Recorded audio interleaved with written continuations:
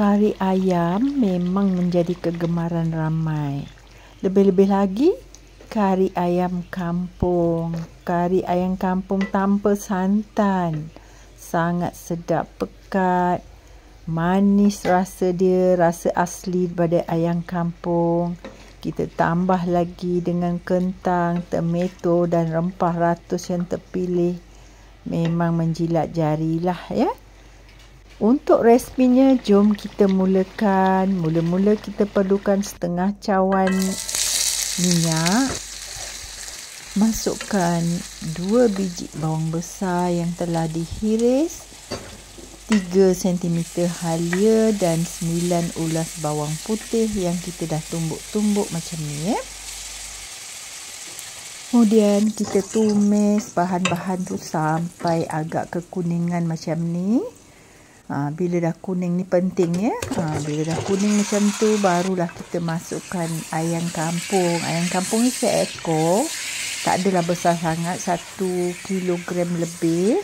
Kita gaul-gaul sebentar. Lepas tu kita tutupkan periuk kita. Kecilkan api. Biarkan sebentar sampai ayam kita itu mengeluarkan jusnya. Dalam 10 minit lah kita tutup sekejap ya. Kita nak ayam ni keluar jus dia supaya kuah kita nanti lebih sedap. Kemudian kita masukkan 1 sudu makan serbuk kunyit, 2 sudu makan serbuk cili, 2 sudu makan rempah kari daging. Saya gunakan rempah kari daging babas lah.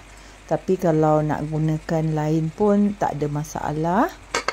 Kemudian kita tambahkan setengah sudu serbuk jintan putih yang telah ditumbuk dan juga daun kari. Okey, semua bahan-bahan ni kita gaulkan sebentar. Lepas tu kita tutupkanlah periuk kita lah ya. Lagi sekali kita tutupkan periuk kita dan kecilkan api supaya rempah ratus kita ni masak dalam 5 minit lah macam tu ya. Kemudian kita tambahkan garam. Saya dah lupa letak garam tadi.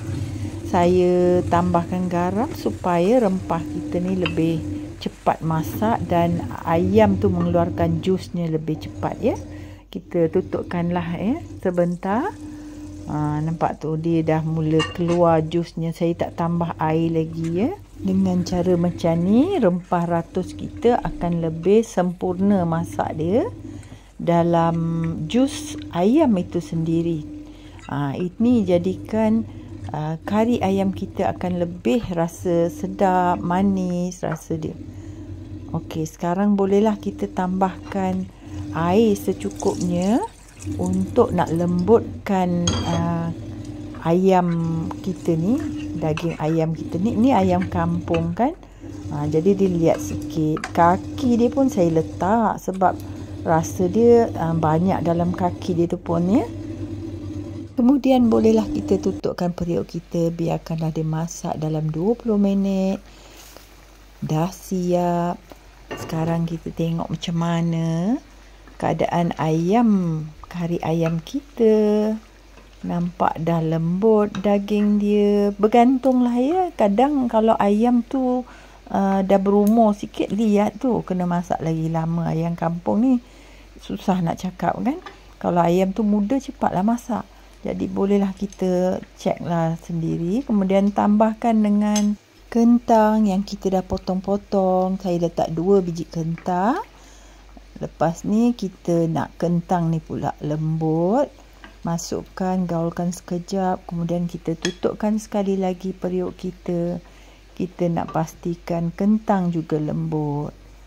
Dalam 5 ke 10 minit, bolehlah kita tengok kentang kita, keadaan dia kalau dah lembut. Gaulkan. Rasa garam dia, masin dia macam mana kan, ikut selera masing-masing. Kemudian kita akhir sekali tambahkan 1 biji tomato yang telah dipotong untuk menambahkan lagi perasa dan wangi dia. Kita tambahkan lagi daun kari. Tadi mula-mula kita dah letak daun kari. Ini penutup dia, lagi sekali kita letakkan daun kari untuk tambahkan lagi aroma pada kari ayam kampung kita. Dah siap kari ayam kampung kita tanpa santan ya. Bau dia memang wangi, semerbak dan sangat sedap. Rasa kuah dia sangat sedap. Jadi puan-puan kena cuba ya. Kari ayam kampung dari dapur Ami tanpa santan. Selamat mencuba. Assalamualaikum.